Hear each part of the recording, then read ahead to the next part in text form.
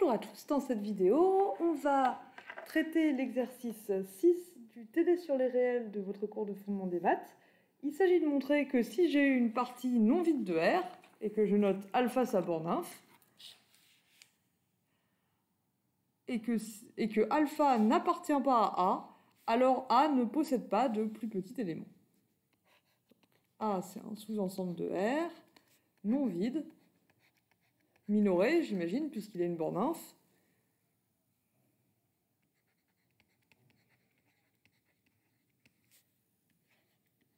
Donc on a montré dans la vidéo précédente que si un ensemble est minoré, un sous-ensemble de R est minoré, il admet nécessairement une borne inf. Donc si A est minoré, il admet une borne inf qu'on va noter alpha. Et on suppose que alpha n'appartient pas à A. Et on va montrer que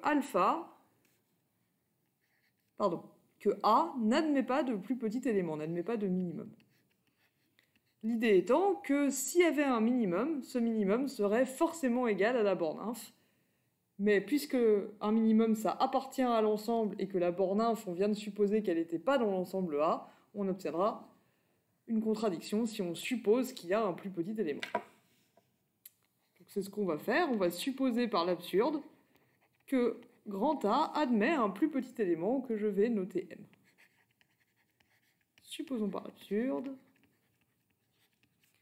que A admet un plus petit élément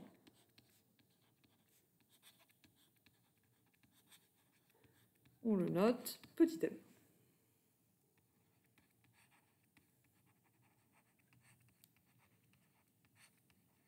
Toc. Dans ce cas-là, petit m, il appartient à A, et tous les autres éléments de A, ils sont plus grands que petit m. C'est ça que ça veut dire que m est le plus petit élément.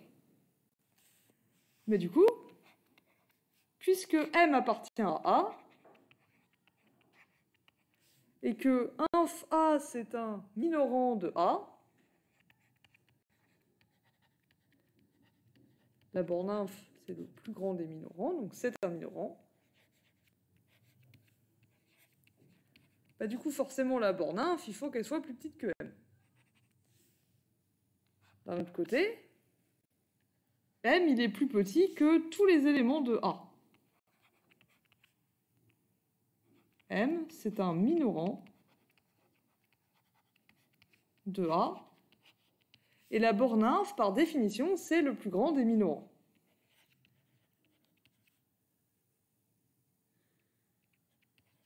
Comme alpha, c'est le plus grand des minorants, bah alpha, il doit être plus grand que M.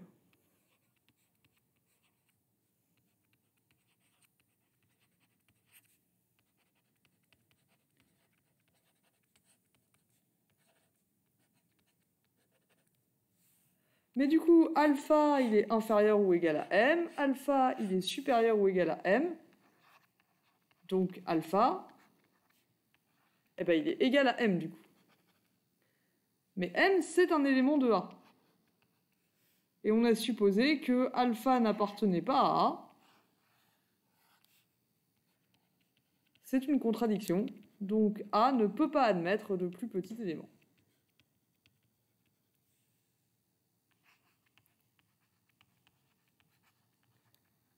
Vraiment, l'idée ici, c'est que s'il y a un plus petit élément, c'est nécessairement la borne inf de A. Si la borne inf, elle appartient pas à A, du coup, ben, il ne peut pas y avoir d'autres plus petits éléments dans A. Il n'y a pas de plus petit, sans E, élément.